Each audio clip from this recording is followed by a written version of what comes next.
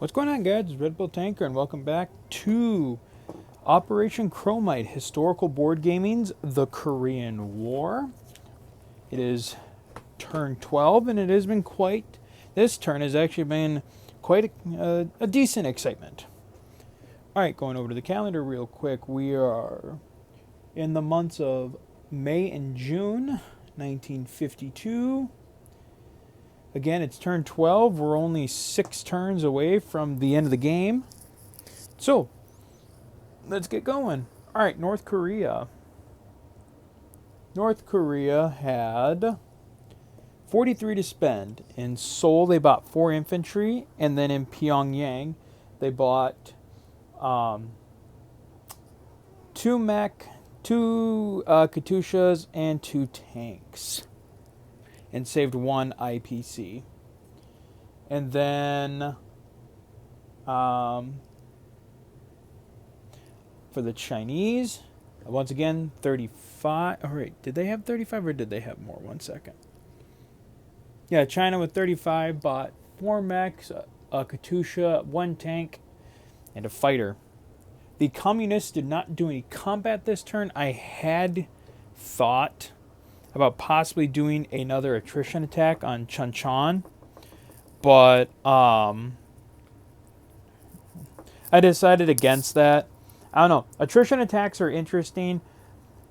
Like, I like attrition attacks. It's just sometimes it's a question of whether or not they might be worth it, especially like if you're trying to shoot at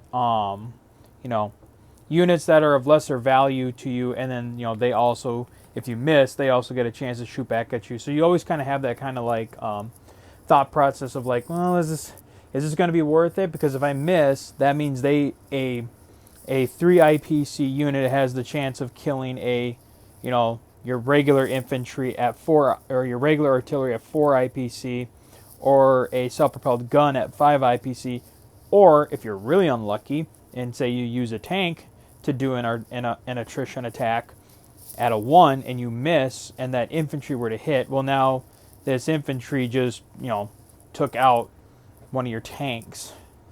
So attrition attacks are fun.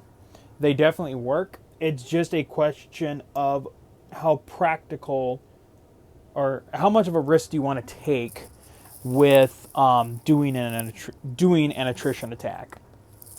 Excuse me. All right, so then on the non-combats, the North Koreans are just continuing to build up their army card here in Seoul. I mean, altogether, let's see, I had it written down at one point, but I think I had it in my phone. So it's like 28 infantry, 24 mech. There were 3 Katyushas, but I'll get to that. And then 5 tanks. And then you have 4 North Korean air fighters, 8 Chinese fighters, and then you got 3 North Korean jets. And then just moving troops to 38th West, moving troops into Incheon, Chorwan, getting forces down south, moving forces around in the north. And then, that AAA was actually supposed to go north. I don't know why it got shifted back. He was up north before it ended the turn. But so then at the end of the turn, North Korea collected 39 plus 1 that they saved for 40. China, as always, 35. Okay, over to the Allies. Like I said, the Allies actually did some interesting moves this turn. But for the purchases, South Korea at 24, or no, at 22. Whoops. Nope, sorry, screwed that up. That's supposed to just be 3 tanks. Should have set you guys down first.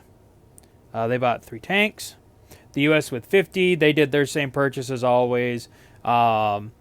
The U.S. has activated the 38th Infantry Division and the 97th Infantry Division. And then the UN with 25. They bought 2 infantry, 2 mech, and a fighter. And this was a foresight by Airsoft Commando. A very clever foresight. as he decided, and this is where the combat comes in, that he was going to take a force from the Osan army, groups. He took all of his infantry, all of his mech, and 3 self-propelled guns, the 8 fighters, and then the 2 strategic bombers, and he attacked the combined. Well, it was the Chinese. He attacked the Chinese army here in Incheon. That was a 2-round battle, and then China in return had they had 1 AAA, 16 infantry, 3 regular artillery, and then 6 mechanized infantry. After 2 rounds of combat, the Allies successfully got the AAA, all 16 infantry, 3 artillery, and a mech.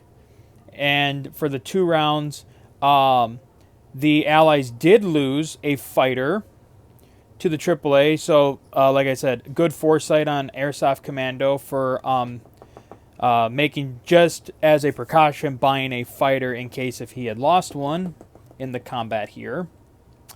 So the Allies lost 4 U.S. infantry, with the 26th Infantry Division being destroyed.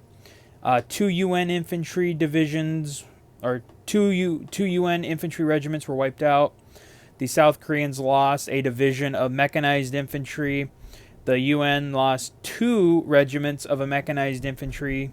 And the U.S. lost a full mechanized infantry division under the 36th Infantry Division. So that was the attack on Incheon. After 2 rounds, he decided to Airsoft Commando retreated back to Osan with what he had left. And then for his final attack, he took 6 self-propelled guns and his 4 tanks that were still in Osan, and he fired an attrition attack against my 3 Katyushas and my 5 tanks. He did manage to get all 3 of my Katyushas, unfortunately, but he did not get any of my tanks. And on the return shot, on the 3 dice that I rolled back, only a South Korean tank was lost. So that Airsoft Commando definitely came out better in that attrition attack than I did. So I did not give as good as I got. So that kind of sucks. And so then on the non-combat, Airsoft Commando reinforced Osan with more units. Reinforced or moved up to Sangju, landed in Busan, and good lord, Chinju. I gotta remember that. So I can actually see that, because I always forget this one. Chinju, and then